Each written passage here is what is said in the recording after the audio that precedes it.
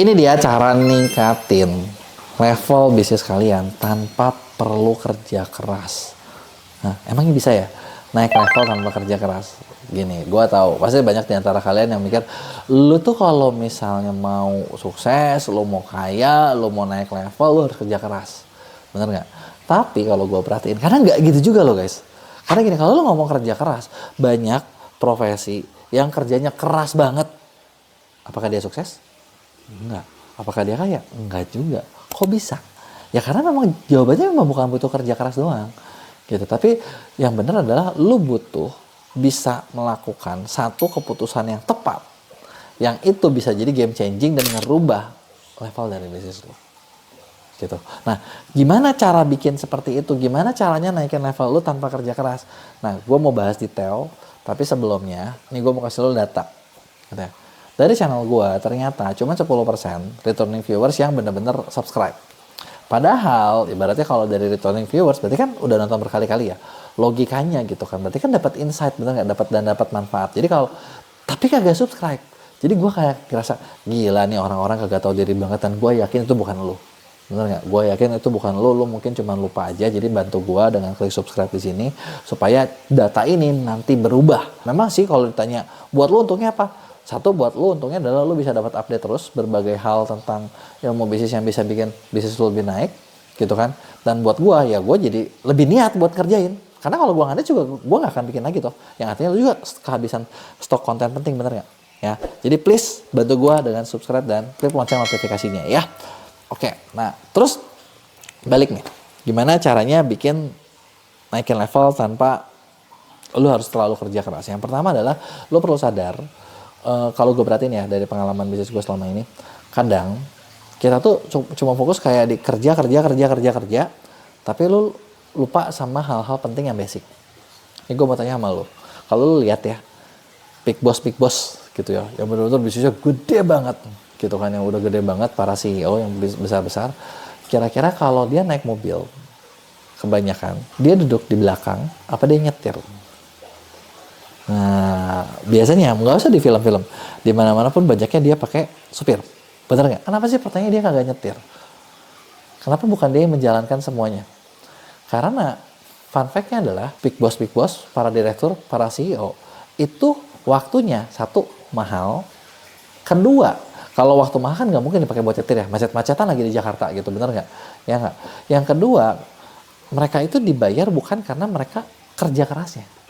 Mereka itu dibayar karena gini, ketika lu duduk di belakang, artinya kan dia tuh nggak mengendang ini kan, dia tuh cukup mengarahkan doang.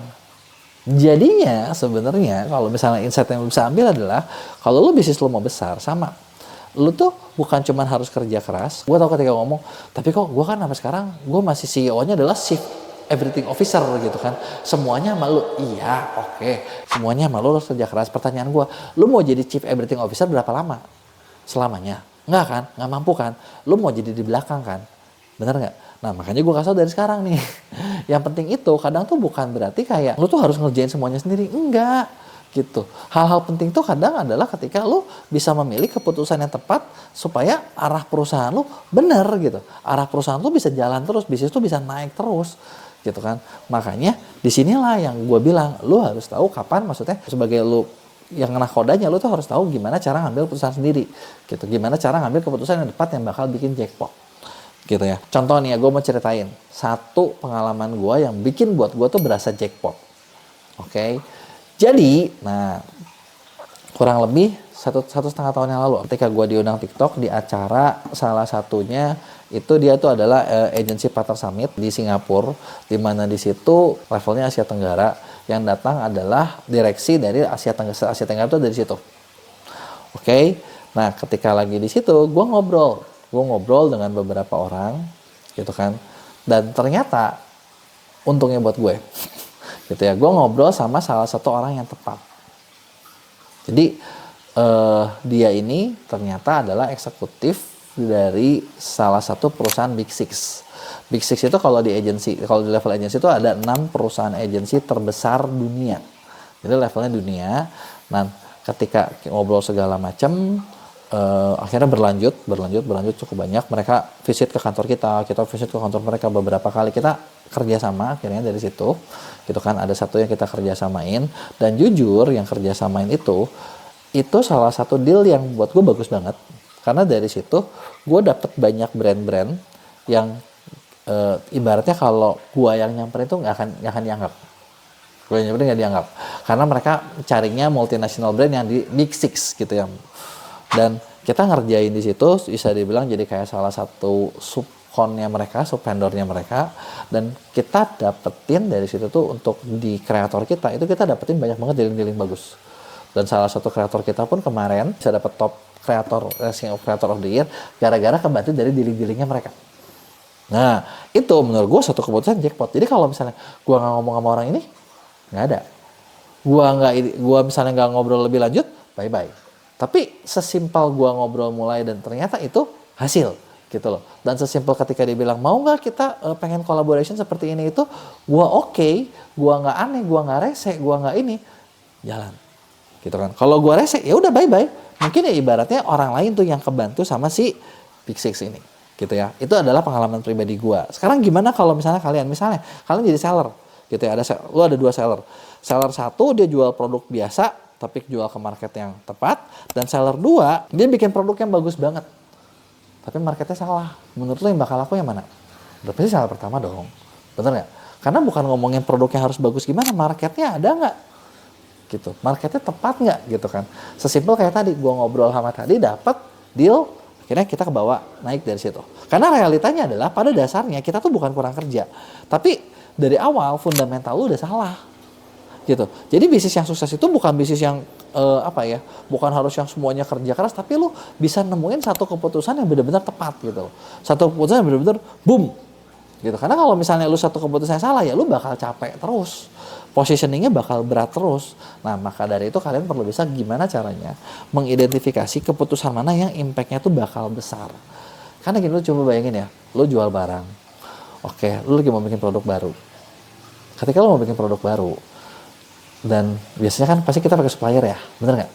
Nggak sama pabriknya kan, seller tuh kan order ke pabrik tuh bakal simple gini, pabrik tuh pasti bakal nawarin gini, kalau lu order 1.000 harganya segini, kalau lu order 5.000 harganya segini, kalau lu order 10.000 harganya segini.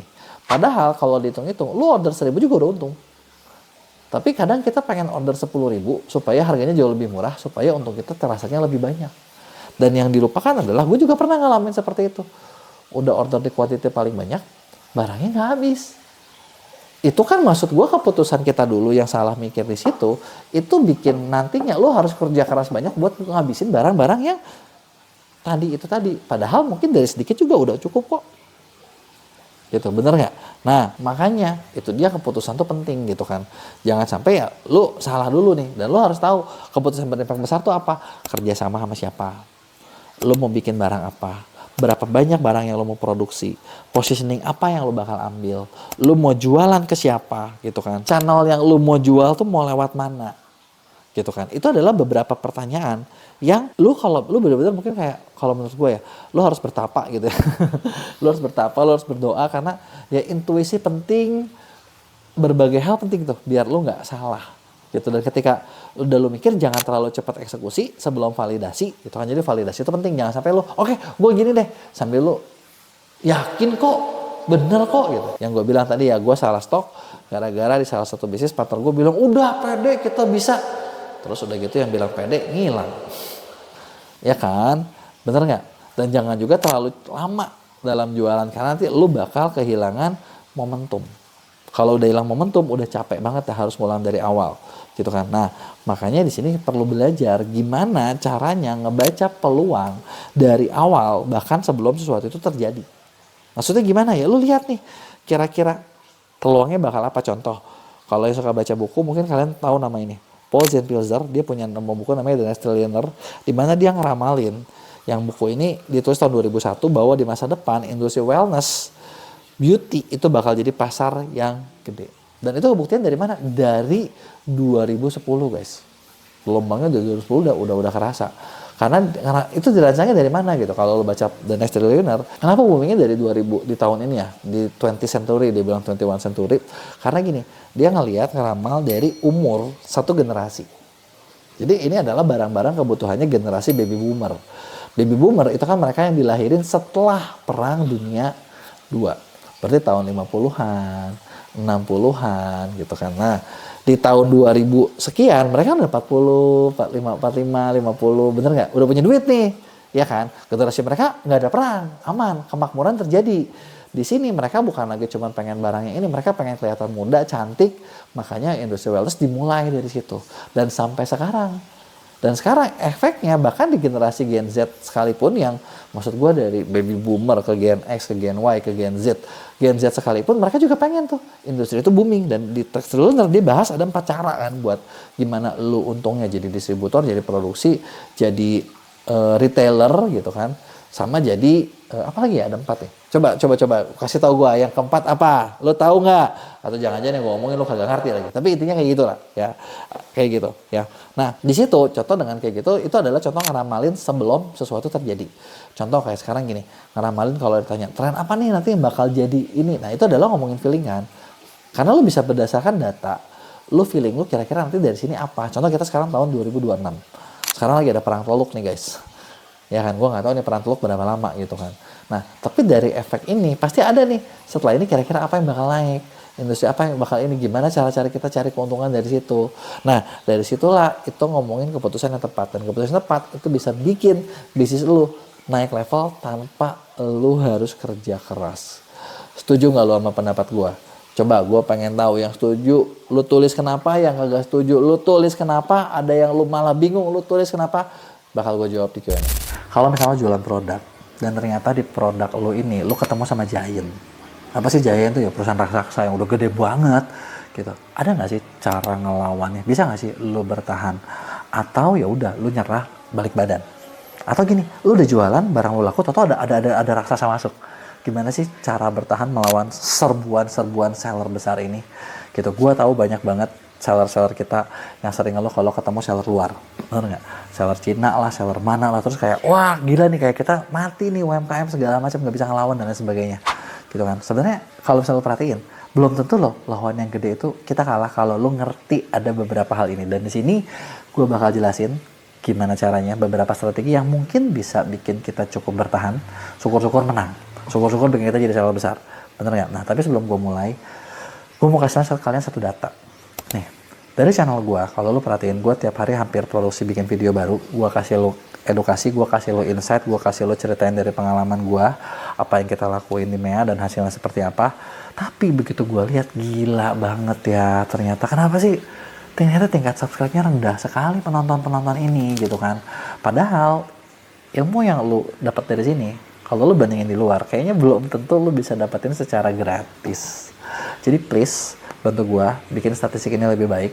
Cuma bikin tombol subscribe nggak akan rugi, tapi mungkin bisa ngebantu gue buat terusin channel ini buat kedepannya dan bantu buat bisnis kalian lebih berkembang. Oke? Win-win toh?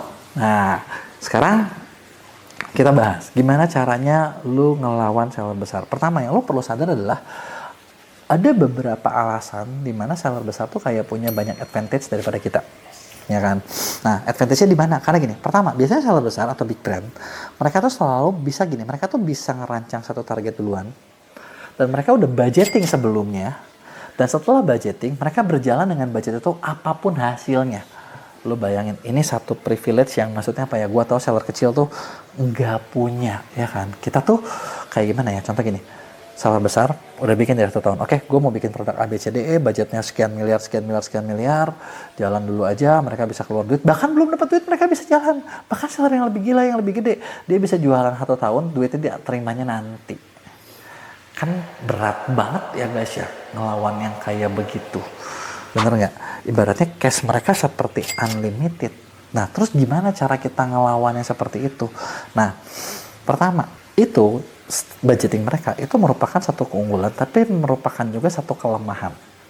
Kenapa gue ngeliat itu sebagai kelemahan? Coba gini deh, lu udah budgeting, lu udah ngerancang produk A bakal makan 1 tahun ke depan 3 miliar. Kenapa gue bisa tahu bisa angka-angkanya miliaran? Kita di MEA cukup banyak brand-brand yang kadang upload kita ngasih di email dan mereka udah ngasih tahu budget marketing kita sekian miliar tahun ini, sekian miliar. Jujur sih kalau ngelihat kayak wow gitu ya. Harus pitching segala macam dengan syarat ini itu ketat banget. Kelebihannya adalah ya mereka bisa jalan terus, punya program bisa berjalan, tapi kelemahannya adalah biasanya mereka bakal menghabiskan itu budget baru berpikir itu jalan apa enggak. Sedangkan kalau di seller kecil, kita nggak punya budget segitu banyak guys, budget kita terbatas, bener nggak? Jadi ketika lo ngetes, kalau lo gagal, lo bisa lebih cepat shifting. Sedangkan untuk di seller besar atau di brand, terutama yang lebih gede, mereka mungkin butuh meeting kuartalan dulu, meeting 6 bulanan dulu, meeting 1 tahunan dulu, barulah mereka berubah. Yang artinya udah bocor dulu, memang duitnya banyak ya gimana lagi, tapi baru mikir. Sedangkan teman-teman kalian itu bisa lebih cepat. Jadi kunci pertama adalah manfaatin kecepatannya. Jangan sampai gini loh. Gue pernah belajar dari salah satu, ada satu quotes ya yang gue belajar dari salah satu pengusaha di China, dan dia bilang gini, ikan kecil dimakan sama ikan besar, setuju nggak? Setuju ya? Lu ikan kecil dimakan sama ikan gede. Tapi ikan gede kalah sama ikan cepat. Nah, kita boleh kecil, tapi jangan sampai udah kecil lu lambat. Kalau lu kecil lambat, mampus lu. Jadi yang pertama adalah kecepatan. Ya, lu bisa ngelawan mereka di kecepatan. Yang kedua, nah biasanya seller besar itu selalu bermain dalam probabilitas. Mereka udah nyepet telur-telur kayak tadi, main di kemungkinan. Mereka ngomong by data banget, bukan harapan. Nah, seller kecil biasanya kelemahannya cuman berharap, nggak punya data. Nah, terus lu harus ngapain? Lu cepet, lu bisa cepet, jadi mulailah, kuasailah, lu ngertilah tentang data. Karena gue ngerasa kayak gini loh, makin kesini ya, kita ngejalanin MEA, makin kesini kita ngerjain banyak seller, kita ngerjain banyak affiliate, gue makin merasa kayak data tuh makin berharga. Makanya dari data sendiri kita lagi banyak ngembangin hal baru untuk ngebantu kita mengolah informasi atau data-data dari platform yang ada. Oke? Nah, maka dari itu, kalau lu nggak bisa ngerti data, lu kerja sama deh sama kita. Kita bisa bantu olahin data lu bisa dapetin insight apa yang bisa lu lakuin dari data tersebut. Cuman ya datanya juga harus agak fair ya. Fair tuh maksud gue gini, jangan sampai kayak, data hari ini, besok kayak gimana? Ya, gitu. Karena gini, ini gue mau cerita ya. Jadi ada case yang kita pernah ngalamin. Kita di MEA ngerjain ads kita sebenarnya secara performa tuh jauh di atas rata-rata. Ada satu seller yang kita kerjain ads-nya, yang rata-rata ROAS-nya itu kurang lebih tuh sebulan TikTok Shop ya. Ini ngomong TikTok Shop, dia tuh punya tim yang live 24 jam. Itu ROAS-nya tuh rata-rata di 20 sampai 40-an. Itu udah best. Dan ketika kita yang olah, ketika kita yang kelola, itu bahkan dia bisa sampai, maksudnya jalannya setengah malam dan lain sebagainya, itu kita bisa ngasihin ROAS bulan kemarin itu di atas 100 on average-nya. Bahkan di sesi tertentu ada yang hampir 200, 300 dan lain sebagainya. Sellernya puas luar biasa. Dan dia bilang malah omsetnya tuh naiknya gila-gilaan. Dari tadinya omset sebulan paling cuma 11 miliar, pas lagi kita kelola naik jadi hampir 80 miliar dalam 1 bulan.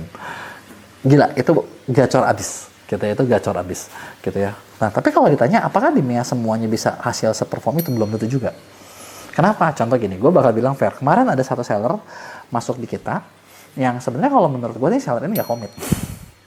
Nggak komitnya gimana? Untuk masuk di kita udah ngasih tahu nih, untuk setiap service ini tuh ada budget minimal yang dia siapin sekian, gitu ya.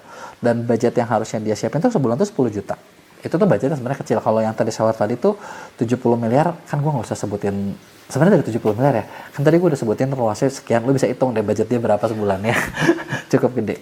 Nah, tapi seller ini bukan nggak komit sih, dia malah bilang dia nggak mau keluar segitu, pengennya tuh bertahap. Dan bertahapnya tuh literally, kalian bayangin ya, sehari itu cuman mau top up per hari itu di bawah 100 ribu doang. Yang artinya cuman kayak satu campaign aja susah gitu. Terus dan tiap tengah malam dia nanya gitu kan, ini sekarang hari ini gimana? Lah bukannya kita nggak mau ngasih jawaban gitu ya. Kita beberapa tim kita bahkan malam masih ada yang bantu kasih jawaban gitu ya. Cuman dia tuh komplain berat gitu. Wah, komplain nih nggak diurusin segala macam, rugi segala macam gitu kan. Yang sampai kadang gue juga, ini seller gue nggak ngerti ya, nih orang goblok apa pinter gitu kan. Tapi kok kayak pinter tapi kok goblok gitu kan, bener nggak? Terus kayak udah gitu dia komplain bahkan sempat kita diangkat ke sosial media, wah dibilangin kita penipuan segala macam.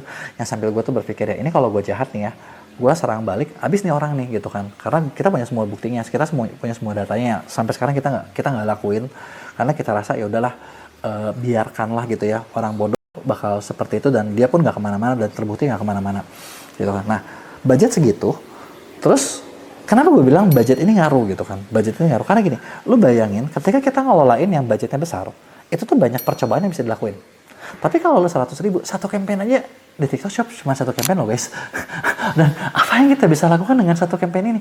Nggak bisa gitu loh. Makanya kita di awal suka minta budget yang lebih tinggi sesuai dengan ini. Kenapa? Karena kita bisa testing mana yang bagus kita lakuin, mana yang jelek kita lakuin gitu kan. Dan sedangkan yang ini nggak mungkin dilakuin karena udah maksud gua mending kalau 3 juta sebulan gitu ya langsung isi kan masih bisa diutak-atik ya. Ini isinya per hari 100 ribu. Jadi kayak mau jalanin apapun tuh akunnya mati nyala gitu kan. Nah itu dia problemnya. Kebayang nggak? Jadi, nah poinnya adalah kalau lu mau besar, kalau lu mau bagus, ya memang lu perlu ada sesuatu yang di trial dan error. Dan lu harus lihat by data. Data itu bakal membantu. Nangkep ya poin gue ya. Nah, terus berikutnya biasanya seller besar juga lebih dipercaya sama platform. Biasanya kalau seller besar masuk platform pasti udah buka. Ini deh. Wah, nama besar gitu kan. Perlakuannya bagus dan setiap ini ya gue ngomong rahasia. Ternyata setiap platform itu punya list yang namanya kalau ada yang disebutnya B2000 atau apalah beda-beda namanya, itu adalah seller-seller atau brand-brand yang mereka mau cari. Mereka menganggap potensial dan begitu masuk pasti red carpet. Wow. Seller kecil gimana? Kagak ada. Nggak ada kayak gitu. Ada nggak caranya biar lu bisa dapat perlakuan yang mirip? Bisa. Lu kerja sama TSP partner. Salah satunya kita bisa bantuin lu. Karena bukan bilang kita bakal kasih red carpet ya, enggak juga. Tapi minimal lu bisa punya akses yang sama dengan mereka. Karena kalau nggak ada aksesnya juga susah gitu loh. Ya. Nah, yang terakhir biasanya seller besar itu punya infrastruktur. Nah, inilah yang seller kecil nggak punya. Infrastruktur tuh gimana? Ini kita bukan ngomongin kayak jalan ya, tapi lebih ngomongin kayak supplier udah bagus, produknya udah bisa ini itu, punya tim yang lengkap, bisa jalanin ads yang bagus gitu, operasional udah rapi, kemungkinan pelanggaran dan lain sebagainya udah. Ini adalah infrastruktur yang biasanya udah kuat. Sedangkan kalau yang kecil, biasanya infrastrukturnya apa? Yang packing bosnya, yang bikin konten bosnya, yang live streaming bosnya, yang mananya bosnya sakit, mati. Nah terus gimana caranya gitu kan kalau lu buat survive ya? Sebenarnya nggak ada cara lain. Lu harus bikin tim. Entah tim itu lu hire sendiri, lu siapin budget, atau lu bayar tim eksternal. Misalnya kayak tadi gue kerja sama kita bayar tim eksternal. Apakah tim eksternal bisa ngebantu? Bisa.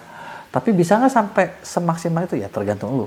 Cuman satu kelebihan yang perlu kalian terus ingat adalah ketika lu masih kecil, lu cepet, lu bisa mulai ngambil keputusan, lu bisa ngapain.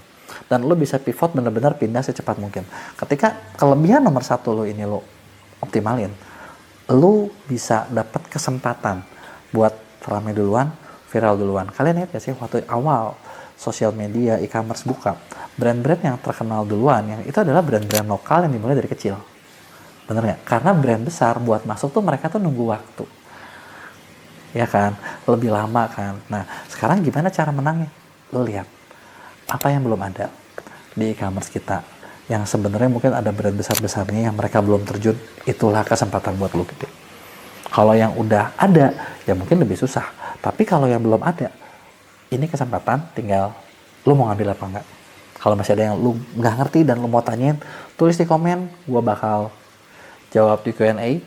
Bantu gua dengan lu klik like, dan kalau lu ngerasa video ini ada temen lu yang butuh, kirim deh ke dia. Kita bikin bisnis dia lebih besar lagi.